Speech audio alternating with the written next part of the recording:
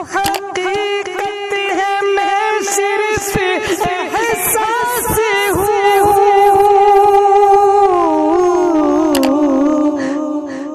سمندر میں بھٹکی ہوئی پیاسی ہوں، تو سمندر میں بھٹکی ہوئی پیاسی ہوں۔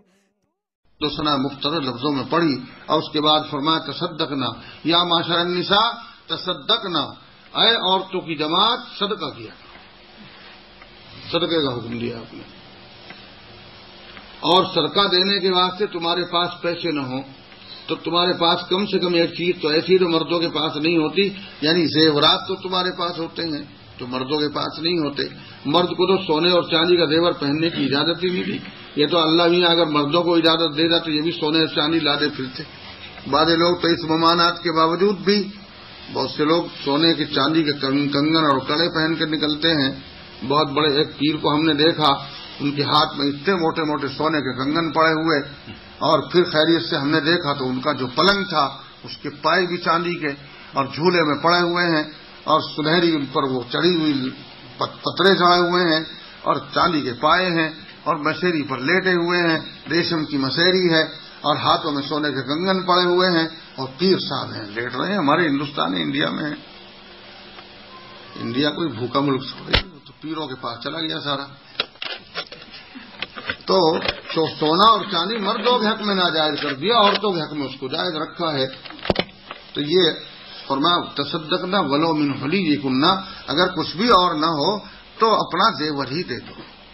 مگر زیور دینے میں جو محدثین نے فقہا نے تشریح بیان کی وہ یہ ہے کہ ایسا زیور دو جس کے دینے پر تمہارے میاں ناراض نہ ہو، یا اگر تمہارے ابا نے وہ زیور دیا ہے تم کو تو تمہارے ابا کے دل پر بوجھ نہ ہو، اور وہ ایسا زیور دو جو خود دینے کے بعد تم پر بھی بوجھ نہ بنے۔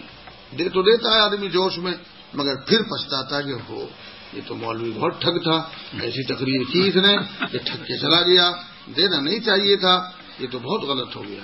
تو اگر خود پچھتانا پڑے تو اتنا صدقہ مت کرو، یا ابا خفا ہوتے ہیں تو مت کرو، اور میاں بگڑتے ہوں تو پھر نہ بگڑو، کیونکہ اللہ میاں راضی نہیں ہوتے جب میاں ناراض ہو جاتا ہے۔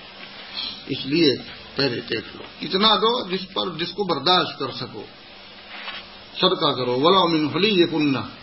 اور پھر آپ نے ارشاد فرمایا کہ یہ تمہیں خاص طور سے صدقہ کرنے کی میں اس لیے ہدایت کر رہا ہوں کہ میں نے جہنم میں عورتوں کو مردوں سے زیادہ دیکھا ہے۔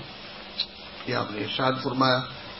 آج تو مولوی گھبراتا ہے کہ کہیں اگر عورتوں کو یہ بات کہہ رہی تو عورتیں بگڑ نہ جائیں کہیں، کہ ارے ہمیں جہنمی بتا رہا ہے مولوی، کہاں سے آ گیا یہ؟ لیکن رسول اللہ ہم تو دیکھ کے فرما رہے تھے نا، اس لیے مجمع عام میں، خطاب عام میں، مردوں یا عورتوں میں کوئی بات مقرر اور خطیب کی زبان پر ایسی نہیں آنی چاہیے جس سے کسی کی طبیعت پر بار ہو سکے۔ رسول اللہ وسلم کی عادت نہیں تھی یہ کہ دو بدو، اگر کوئی غلطی کسی میں ہوتی تھی تو بالمصافہ اس کی طرف کو آنکھ سے آنکھ ملا کر نصیحت نہیں فرماتے تھے، نصیحت نہیں فرماتے تھے۔ ایک شخص آپ کی خدمت میں آیا اور ہاتھ پیر رنگے ہوئے تھا مہندی کے رنگ میں، جیسے آج کل شادیوں میں مرد بھی رنگ لیتے ہیں، تو آپ نے اس پر خود نہیں فرمایا کہ وہ مجلس سے اٹھ کے چلا گیا، تو آپ نے مجلس والے سے کسی سے فرمایا ارے تم میں سے کوئی ایسا نہیں ہے جو جا کر اس کو سمجھا دے کہ یہ جائز نہیں ہے؟ تم میں سے کوئی ایسا نہیں ہے جو جا کر کے سمجھا دے کہ یہ ٹھیک نہیں ہے؟ یعنی اتنی رعایت فرماتے تھے مخاطب کے ذہن اور اس کے دماغ کی، اس پہ بوجھ نہ پڑے، جبھی تو ساری دنیا آپ پر فریفتہ ہو گئی تھی۔ تو آپ نے ارشاد فرمایا میں نے جہنم میں مردوں کو بھی دیکھا ہے عورتوں کو بھی دیکھا ہے، مگر عورتوں کو مردوں کی نسبت میں نے زیادہ دیکھا ہے۔ یہ چونکانے والا جملہ جو عورتوں نے سنا تو ایک بول اٹھی ان میں سے کہ حضرت کیوں ایسا ہوگا، مردوں سے عورتیں جہنم میں زیادہ کیوں جائیں گی؟ تو معلومات تقریر میں سوال کیا بھی جا سکتا ہے، رسول اللہ صلی اللہ علیہ وسلم سے تو عورتوں نے سوال کر لیا، تو آپ نے ارشاد فرمایا کہ ان میں دو بیماریاں مردوں سے زیادہ ہوتی ہیں، ان دو بیماریوں کی وجہ سے ان کو جہنم میں زیادہ جانا پڑتا ہے، اور یہ بیماریاں دونوں ساری دنیا کی عورتوں میں، مردوں کے مزاج میں تو ہو بھی اختلاف، مگر عورتوں کا، ساری دنیا کی عورتوں کا ایک ہی مزاج ہوتا ہے۔ کیا بیماریاں ہیں؟ فرمایا دو بیماریاں ہیں، ایک تو اپنے شوہر کی یہ ناشکری بہت کرتی رہتی ہے، شوہر ان کی حتی الامکان رعایت کرتا ہے ان کے کھانے یا کپڑے کا بندوبست ٹھیک کرتا ہے، ان کو زیور ان کی ضرورت سے بھی زائد بنوا کے دیتا ہے، مگر کسی دن اگر شوہر بشری کمزوری کی وجہ سے یا حالات اور ماحول کی گڑبڑ کی وجہ سے کسی ایک خواہش کو پورا نہ کر سکا تو اسی دن یہ ساری خدمات کو فراموش کر دیتی ہیں۔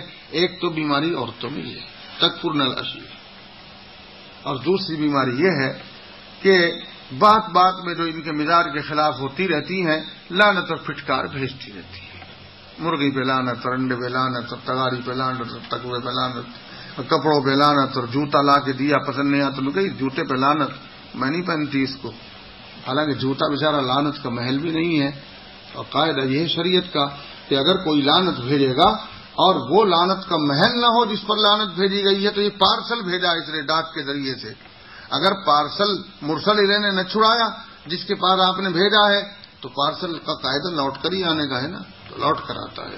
رجسٹری آپ بھیجیں اور رجسٹری والے نے آگے اس کو چھڑایا نہیں ہے، وصول نہیں کیا ہے، تو وہ رجسٹری لوٹ کر بھیجنے والے کے پاس آ جاتی ہے۔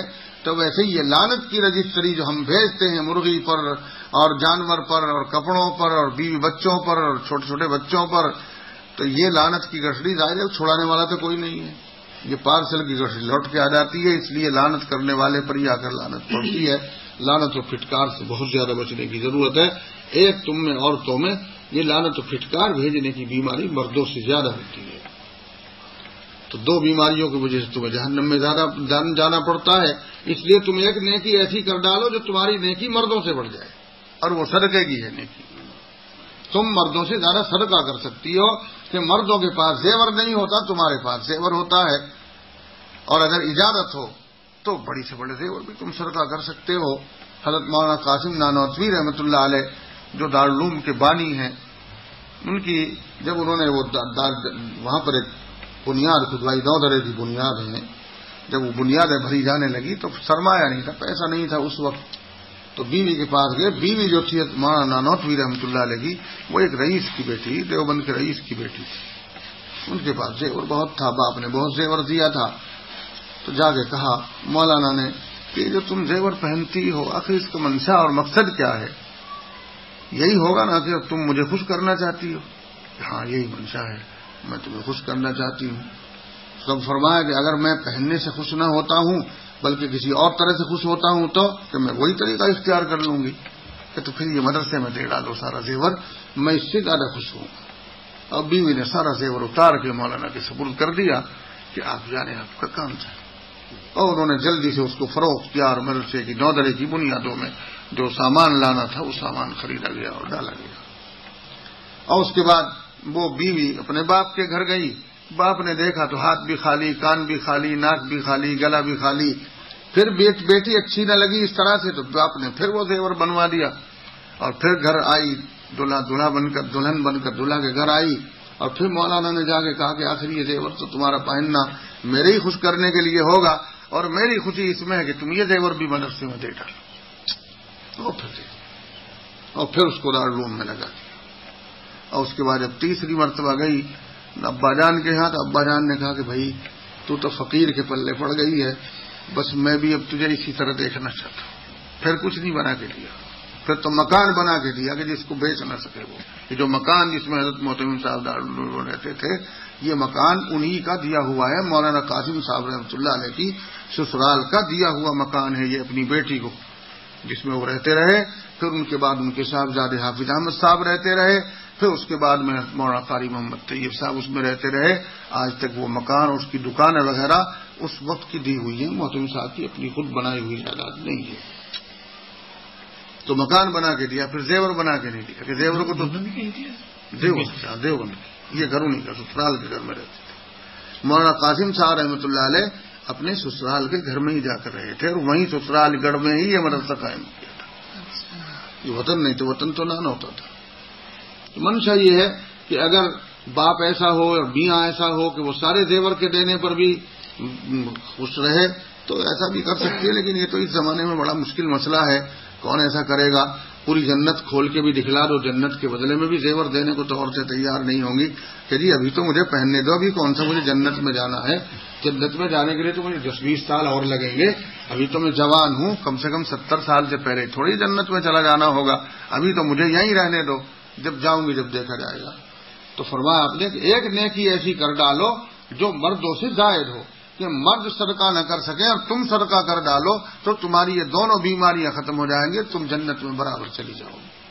تو رسول اللہ نے یہ بات فرمایا, نصیحت فرمائی, اور عورتوں نے اس پہ عمل کیا. حدیث میں آتا ہے کہ جس وقت آپ نے یہ تقریر فرمائی تو عورتیں اپنے کانوں سے اپنی بالیاں, اپنے ہاتھوں سے اپنے چھلے انگوٹھیاں نکال کر دے رہی تھی نبی کریم صلی اللہ علیہ وسلم. اور وہ زیور اور یہ سب چیزیں کوئی آپ کے لیے نہیں تھا, بلکہ وہ جنگ اور جہاد میں کام آنے کے لیے تھا. یعنی اس لیے تھا وہ تاکہ اس زمانے کی عورتوں کا صدقہ اس زمانے کی عورتوں کے کام آئے, کہ ساری دنیا میں ایمان پھیل جائے. اگر اس زمانے میں عورتیں ایسا صدقہ نہ کرتی, یا اس زمانے میں حضرت خدیجہ رضی اللہ تعالی عنہا جو سب سے زیادہ خواتین میں صدقہ کرنے والی ہیں, سارا مال جتنا کمایا تھا 40 سال سے, وہ سارے کا سارا مال اسلام کی راہوں میں خرچ کر دیا خدیجہ الکبریٰ رضی اللہ تعالیٰ عنہ نے. اس لیے اس امت میں کوئی یہ نہیں کہہ سکتا کہ میری خدمات زیادہ ہیں, یعنی مرد یہ نہیں کہہ سکتے کہ ہماری مردوں کی خدمات اسلام میں زیادہ ہیں. نہیں, عورتوں کو دیکھو تو عورتیں ہم سے بھی بڑی ہوئی معلوم ہوتی ہیں, عورتوں کی خدمات مردوں سے بھی بڑی ہوئی معلوم ہوتی ہے. علمی دنیا میں اگر عبداللہ ابن عمر یا عبداللہ ابن عباس رضی اللہ تعالیٰ عنہ یا عبداللہ ابن عمرو بن العاص جیسے یا ابو ہریرہ اور دوسرے حضرات صحابہ حدیث کی خدمت اور علم کی خدمت میں یوں کہ ہم نے بہت خدمت کی ہے, تو عائشہ صدیقہ رضی اللہ تعالیٰ عنہ اسی خواتین کی قوم میں سے یوں کہیں گی کہ نہیں, میں بھی تم سے کم نہیں خدمت کرنے والی. عورتوں نے علم کی خدمت بھی کی, حدیث کی خدمت بھی کی, فقہ اور تفقہ اور مسائل اور فتوی کی خدمت بھی کی. عائشہ رضی اللہ تعالیٰ عنہ فتویٰ دیا کرتی تھی اپنے زمانے میں, اور بڑے بڑے صحابہ الجھے ہوئے بڑے بڑے مسائل میں حضرت عائشہ رضی اللہ تعالیٰ عنہ سے رجوع کیا کرتے تھے. تو ہمارے اس زمانے میں تو مردوں ہی کا فتویٰ کوئی ماننے کو تیار نہیں, ان بیچاریوں کا کون فتویٰ مانے گا, اور پڑھتی بھی نہیں ہے اتنا جس کے فتویٰ دے سکیں. وہاں تو رسول اللہ علیہ وسلم کی خدمت میں 9 سال گزارے تھے. حضرت عائشہ صدیقہ رضی اللہ تعالیٰ عنہ 9 سال کی عمر میں آپ کی خدمت میں آ گئی تھی, اور 18 سال کی عمر تھی حضرت عائشہ کی کہ حضور کی وفات ہو گئی تھی. اس 9 سال میں علم حاصل کیا, اور پھر 18 سال کی عمر سے لے کے جب تک وفات ہوئی اس وقت تک برابر اس علم کی اشاعت فرماتی رہی. اور بڑے بڑے حضرات صحابہ ان کی شاگردی کا شرف حاصل کرتے تھے, بے پردہ نہیں, پردے میں آ کر. یعنی حضرات صحابہ آ کر باہر بیٹھتے تھے, حضرت عائشہ اپنے اندر حجرے میں بیٹھ کر کے حدیثیں سناتی تھی, اور باہر والے ان کو سنتے تھے اور نوٹ کرتے تھے اور لکھتے تھے. اس طرح سے دین کی خدمت ہو. تو عورتیں بھی پڑھا سکتی ہیں بشرطے کہ تمام شرعی حدود کا لحاظ ہو. آج شرعی حدود کا لحاظ نہیں رہتا. الحمدللہ یہاں یہ بات دیکھنے میں آئی کہ مستورات آئی بھی تو آنے کا بھی پتہ نہیں چلا, اور یہ بھی نہیں کہ وہ کہاں بیٹھ گئیں اور کیسے آ گئیں. بہرحال ان کے پاس ایک آواز جا رہی ہے. اللہ سبحانہ وتعالیٰ انہیں بھی اور ہمیں بھی توفیق رفیق نصیب فرمائے, اور اللہ تعالیٰ ہم کو صراط مستقیم پر چلائے. بہرحال میری باتوں کا خلاصہ تو بس اتنا سا ہے کہ عورتوں کی ذمہ داری سب سے بڑی ہے اپنے شوہر کی خدمت, اور سب سے بڑی ذمہ داری ہے اپنے بچوں کی تربیت. ان 2 کاموں کو اگر یہ کرتی رہیں گی اور اپنی 5 وقت کی نماز کی پابندی رکھیں گی, اور اگر زکوٰۃ فرض ہو جائے تو اس کو دیتی رہیں گی, اور حج فرض ہو گیا تو زندگی میں ایک بار حج کر لیں گی, اور رمضان کے روزے جبکہ روزہ رکھنے کے محل ہوں روزہ رکھتی رہیں گی, تو ان کے واسطے بس جنت کے دروازے 8 کھلے پڑے ہوئے ہیں. جنت کے 8 دروازے 8 دروازے کھلے ہوئے ہیں. بس ان کی ذمہ داری سب سے زیادہ شوہر کی خدمت اور بچوں کی تعلیم و تربیت, اور اپنے اللہ کے معمولی سے فرض ہیں جو تھوڑے تھوڑے وقت کے لیے آتے ہیں, ان کو ادا کرتی رہیں, اور بس اپنے آپ کو یوں سمجھیں کہ ہم اللہ کی بندیاں ہیں, اور اگر غلطی ہو جایا کرے تو اس سے توبہ کر لیا کرے. توبہ سے سارے گناہ معاف ہو جاتے ہیں. التائب من الذنب کمن لا ذنب له, توبہ کرنے والا آدمی, توبہ کرنے والی عورت, وہ توبہ کرنے کے بعد بالکل ایسی ہو جاتی ہے جیسے دھلنے کے بعد کپڑا, پریس کے بعد میں کپڑا ہو جاتا ہے. اس طرح سے پرانے نئے ہو جاتے ہیں. اس آیت میں اللہ نے ان کی بڑی صفتیں بیان فرمائی ہیں, اور آخری جملہ جو ہے والذاکرات والذاکرین اللہ کثیرا والذاکرات, اور اللہ کا ذکر کرنے والے مرد اور اللہ کا ذکر کرنے والی عورتیں. تو معلوم ہوا یہ نماز کے علاوہ کوئی اور ذکر مراد ہے اس آیت میں. بس میں 2 تسبیح بتا دیتا ہوں ان عورتوں کو پڑھنے کے لیے ایک تو کثرت سے درود شریف پڑھا کریں، عام طور پر جب بھی موقع ملے، فرصت ملے، بیٹھیں تو درود شریف پڑھیں، اور قرآن شریف اگر پڑھنا جانتی ہیں تو قرآن شریف کی تلاوت کا روزانہ معمول بنا لیں، صبح کو شام کو جتنا بھی ہو سکے گھر میں اپنی فرصت کے مطابق قرآن شریف کی تلاوت کریں۔ قرآن شریف کی تلاوت بعض حالات میں عورتوں کے لیے ناجائز بھی ہو جاتی ہے، اس کو وہ لحاظ رکھیں، اور ذکر جو ہے درود شریف کی کثرت یہ کسی حال میں ان پر ممنوع نہیں ہوتی۔ اور ایک تسبیح سبحان اللہ و بحمدہ سبحان اللہ العظیم کی پڑھ لیا کریں۔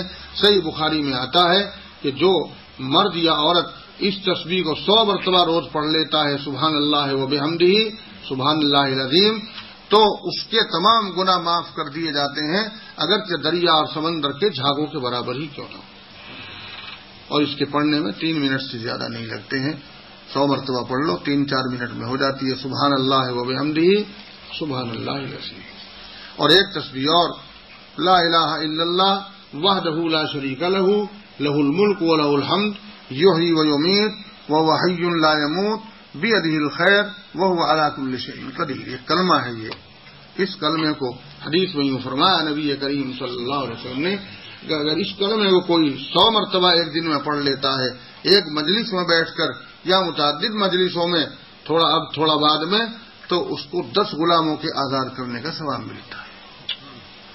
ظاہر ہے کہ ایک غلام بھی ہم زندگی میں آزاد نہیں کر سکتے، تو اور ہم کو ایک مجلس میں اس کے پڑھنے سے یا ایک دن میں اس کے پڑھنے سے 10 غلاموں کے آزاد کرنے کا ثواب مل جاتا ہے۔ اور زیادہ سے زیادہ اس تسبیح کے پڑھنے میں آدمی کے 8-9 منٹ لگتے ہیں، بڑے آرام سے 8-9 منٹ میں اس تسبیح کو پڑھ لیتا ہے۔ یاد نہ ہو تو یہ سب کتابوں میں، جس میں 5 کلمے 4 کلمے نماز کی چھوٹی چھوٹی کتابیں، ان کتابوں میں یہ کلمہ لکھا ہوا ہے۔ یہ 2 تسبیح میں نے پیش کر دی ہیں، ایک تسبیح سبحان اللہ و بحمدہ، ایک تسبیح لا الہ الا اللہ وحدہ لا شریک لہ کی، اور ایک تسبیح کم سے کم درود شریف کی اللہم صلی علی النبی الکریم، یعنی چھوٹی سی درود، وہ جو نماز میں پڑھی جاتی لمبی درود ہے نہیں، اللہم صلی علی النبی الامی الکریم، اللہم صلی علی النبی الامی الکریم۔ اس جملے کا ایک فائدہ لکھا ہے کتاب میں کہ اگر کوئی شخص رات کو پاک کپڑوں میں پاک بستر پر نماز کے بعد باوضو لیٹنے سے پہلے 100 مرتبہ اس درود شریف کو پڑھ لیتا ہے اللہم صلی علی النبی الامی الکریم، تو 40 دن میں ضرور اس کو خام میں زیارت ہوگی نبی کریم صلی اللہ علیہ وسلم۔ کس کا جی نہیں چاہتا ہے کہ ہم کو خام میں آپ دکھائی دے جائیں۔ یہ درود شریف کا ایک تجربہ اور درود شریف کا ایک فائدہ لکھا ہوا ہے، اور بڑا مختصر سا جملہ ہے اللہم صلی علی النبی الامی الکریم۔ 100 مرتبہ پڑھ کے سو جاؤ، اور آج نہیں تو کل نہیں تو پرسوں انشاءاللہ ضرور خام میں زیارت ہوگی۔ اور آپ کی خام میں زیارت ہو جانا بھی اللہ تعالیٰ کا بہت بڑا انعام ہے، بہت بڑی دولت ہے۔ میں نے اپنی ماں بہنوں کو جو بات سنائی ہے ان کی سمجھ میں آئی ہوں گی، جتنی بات یاد رہ سکی ہوں یا سمجھ سکی ہوں ان پر عمل کرنے کی کوشش کریں۔ اپنی نمازوں کی پابندی رکھیں، روزے رکھیں، زکوٰۃ دیتی رہیں، صدقہ و خیرات کرتی رہیں، اور میاں کی خدمت کرتی رہیں، اور اپنی بچوں کی صحیح تربیت کریں۔ انشاءاللہ جنت کے 8 دروازے ان کے لیے کھلے ہوئے ہیں۔ یہ 2 تسبیحیں ہیں، ایک سے سب گناہ معاف ہو جاتے ہیں، ایک سے 10 غلاموں کے آزاد کرنے کا ثواب مل جاتا ہے، اور درود شریف پڑھا جاتا ہے تو وہ ہر حال میں قبول ہوتا ہے، اس لیے کہ درود شریف تو اللہ تعالیٰ کے یہاں بہت ہی زیادہ محبوب ہے۔ اس پر تو اگر ہم دل سے پڑھیں تب، بے دلی سے پڑھیں تب، وضو بے وضو، لیٹے ہوئے بیٹھے ہوئے، جس حال میں بھی ہم درود شریف پڑھیں گے، بہرحال یہ درود شریف سرکاری چیز ہے، ضرور سرکار میں جائے گی، اسے کوئی روک نہیں سکتا ہے۔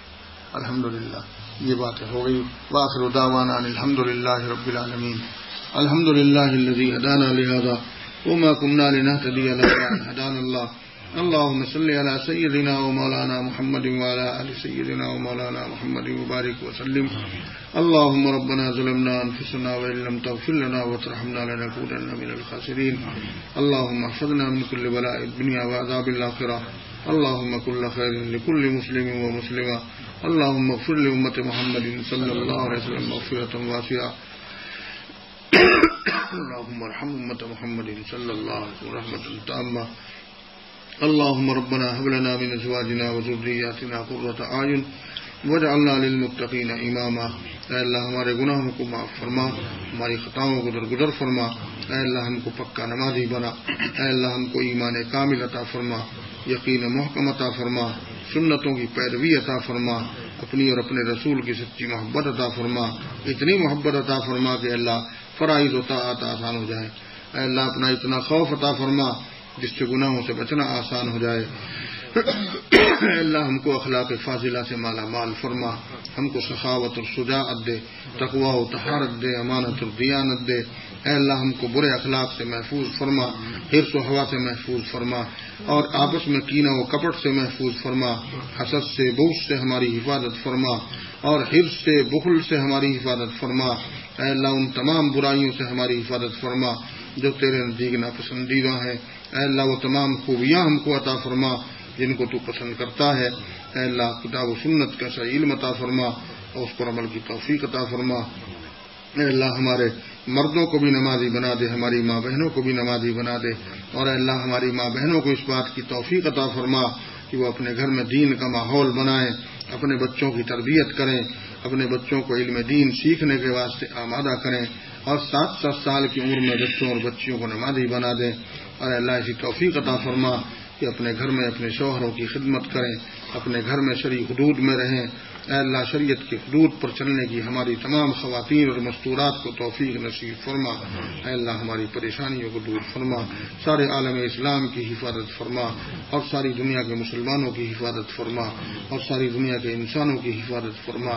ہماری اس مسجد کو آباد فرما، ہمارے تمام مدارس کی پریشانی اور مشکلات کو آسان فرما.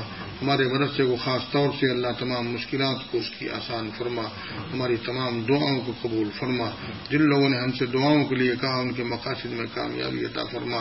جو لوگ بیمار ہیں ان کو شفائیں دے، جو قرض دار ہیں ان کو قرضوں سے نجات دے، اور جو بے اولاد ہیں ان کو سارے اور اچھی اولادیں عطا فرما. اور جو اپنی اولاد کی وجہ سے پریشانیوں میں مبتلا ہیں اللہ ان کی پریشانیوں کو دور فرما دے.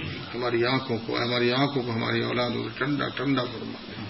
ہمارے دل و دماغ میں اللہ اپنی محبت کو بسا دے. اے اللہ کتاب و سنت پر مرنے اور جینے کا شعور اور سلیقہ عطا فرما دے. ہماری دعاؤں کو قبول فرما. ربنا وتقبل منا انك انت السميع العليم وتب علينا انك انت التواب الرحيم. سبحان ربك رب العزة عما يصفون وسلام على المرسلين والحمد لله.